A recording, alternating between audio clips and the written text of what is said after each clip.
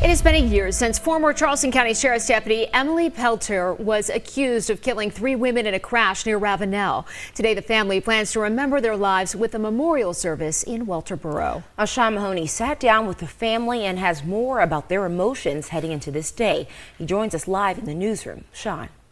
Yeah, well, Alyssa, Mel, although it has been a year for the Dantzler family since the crash killed Stephanie and her 2 daughters, Shanice and Miranda Dantzler-Williams, they say it still feels fresh, emotions still raw, with many questions surrounding the crash still unanswered. But today, they want to try and remember the good of those 3. The family, they're going to hold a memorial service at 11 o'clock this morning in Walterboro. It'll be held at St. Paul CME Church on Ritter Road. According to the South Carolina Highway Patrol, former Deputy Emily Pelletier was driving without her lights on when she crossed 2 lanes of Highway 17 before she crashed into the vehicle driven by Stephanie Dantzler-Williams.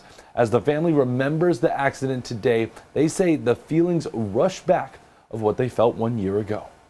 It's terrible. Terrible the whole time. Just like fresh. It's not a good feeling at all. You know, they was killed by people that's supposed to protect you, you know, and serve you. I mean, that's the harder part. I mean, maybe if it was some drunk driver or something like that, you know, but they were killed by the people that's supposed to protect and serve you. I mean, you know, it's just crazy. Now, the family plans to leave flowers on the graves of the 3 women. They also plan to highlight what made these women so special. The youngest, 22-year-old Miranda, had graduated college the day before the deadly crash. And coming up in just about a half hour, we'll hear more from the family on what they would like to see done in the future surrounding their case and Sheriff's Office's practices as a whole. But for now, Alyssa, Mel, I'll send it back to you guys. All right, Sean, thank you. Pelletier is charged with 3 counts of reckless homicide in the deaths of Stephanie and her daughters. If convicted, she could face up to 30 years in prison. She's been out on bond since her arrest last year. Well, it's Military Appreciation Month, and the Horry County Museum honored service members in a special way. ABC 15's Joel Vasquez was there today. He joins us now live in studio to tell us about the event. Joel? Mike, at this event, they featured the documentary Courage in Korea, Soldier's Story. It tells the story of a Conway man and his service in Korea. I spoke to that man's wife and about her late husband's life. This documentary about Sergeant Paul Tompkins' time in the Army during the Korean War plays as his family and wife, Rudell Tompkins, watch, remembering the first time she met her husband. And he was a good-looking man. And he had on his uniform. And he hugged the elder lady. I said, well, where's mine? He said, who are you? I said, Rudell Marlowe. This exchange was the beginning of a 68-year marriage. But Rudell says it wasn't always easy for her husband. He spent 2.5 years in a North Korean prisoner of war camp where he lost 3 fingers. He would sit and talk to me about his Korean experiences nightly. He had a lot of problems getting adjusted to what we were living at, and but God was good to us. After making a promise to God when he was in captivity, he became a pastor, even eventually forgiving the Korean soldier who took his fingers. It's been a good life. Veterans from all military branches watched the documentary. Rudell is moved by the impact her husband's story has made. I don't know really hardly how to tell you how rewarding it is in my heart. Sergeant Paul Tompkins passed away just last week, but Rudell says she can still feel his presence. This is what she would say to her husband if she could speak to him one last time. I would say, Paul, would you like a cup of coffee? And he would say, yes, Rudy, a half a cup of coffee and a donut, please.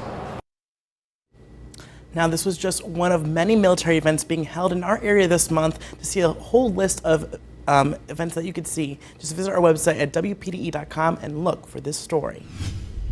Well, pomp and pageantry on full display in London as King Charles III is crowned alongside Queen Consort Camilla in Westminster Abbey.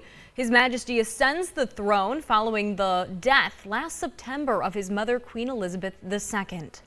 Well, it's the first time in 70 years Great Britain officially has a new monarch. The historic moment drew eyes from all over the world. Inez de la Cutera was in London and takes us to the coronation and the celebrations.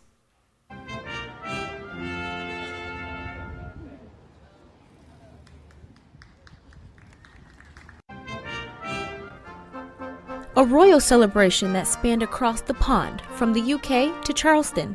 What you got to sort of see there was a ceremony rooted in tradition, but also reflecting the modern multicultural United Kingdom and the King's own passions around youth, community, diversity and sustainability. And with a name like Charleston, well, that's not the only connection to England. Of course, we were originally named Charlestown for King Charles II. He had granted a land grant to the Lord proprietors of the name of the Carolinas. The name Carolina even comes from the Latin version of Charles, named for King Charles I. The celebration brought royal followers like Savannah Dixon to the old Exchange building.